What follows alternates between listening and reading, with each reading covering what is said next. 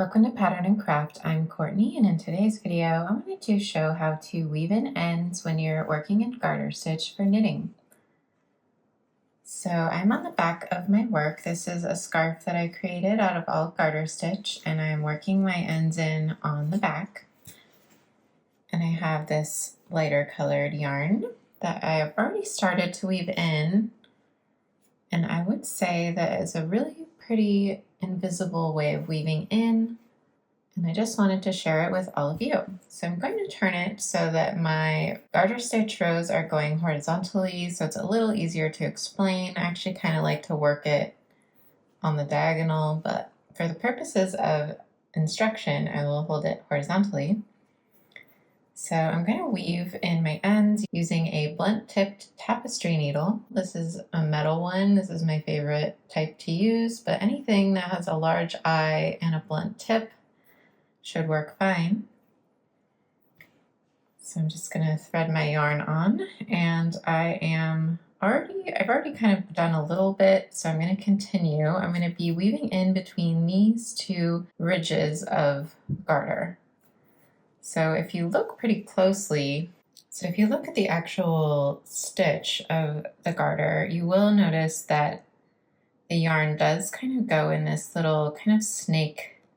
It snakes its way through the loops in this manner. And we're going to be going through these little loops of yarn that are sticking out, that are raised up from the fabric.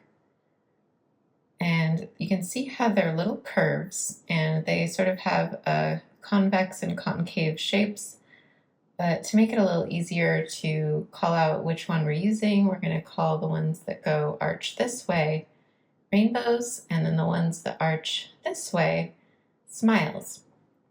So we have our smiles, rainbow, smile, rainbow. Right here, I'm coming out from this, I've gone sort of zigzag, zigzag. I'm coming out of this little smile right here with my yarn. I'm going to follow the little rainbow, but not work into it. And then I'm going to put my needle through the smile right next to the one that it's coming out of. And when you pull that, it just aligns with that little loop and lays on top of it.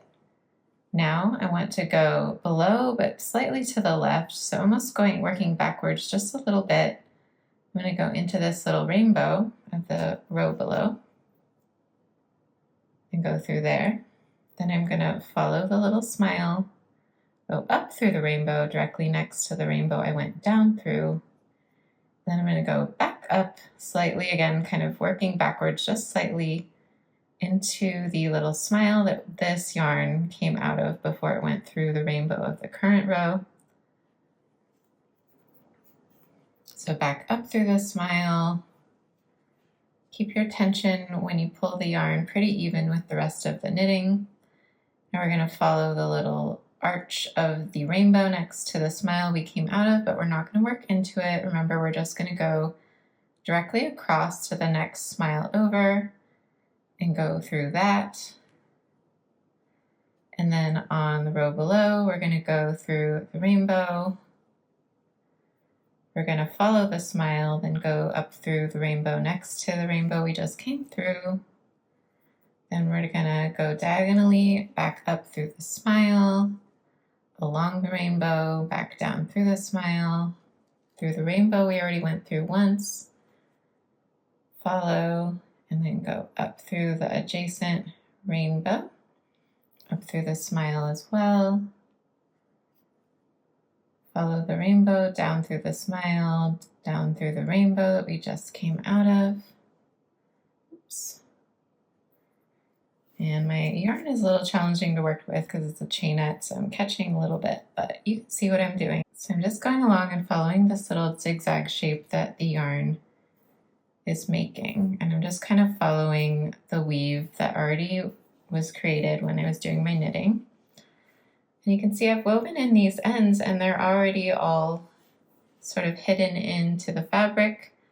It's stretchy, so that'll be a nice way to weave in the ends. I'm just going to keep going. It'll get a little tricky here at the end when you don't have as much yarn. Sometimes I actually do a different method where I only weave in along one of the ridges of the garter stitch, so I'll show you that one too. So to do that, you go up through the smile, so you're going from the outside of the curve to the inside, and then on the next one over, you go from the outside of the curve of the rainbow to the inside, and the next one over, you go from the outside of the smile to the inside, and you just kind of keep going back and forth with that along the same ridge. It's not quite as hidden, it's not quite as perfect looking as working between two ridges, but you do catch the yarn more often so that it kind of doesn't have an opportunity to pop out as easily. And you can kind of still stretch it and hide it.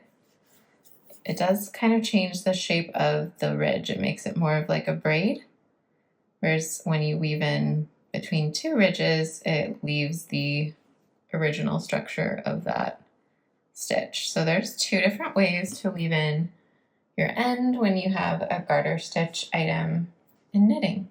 I hope you enjoyed this quick tip knitting tutorial, and I'll see you next time. Happy crafting!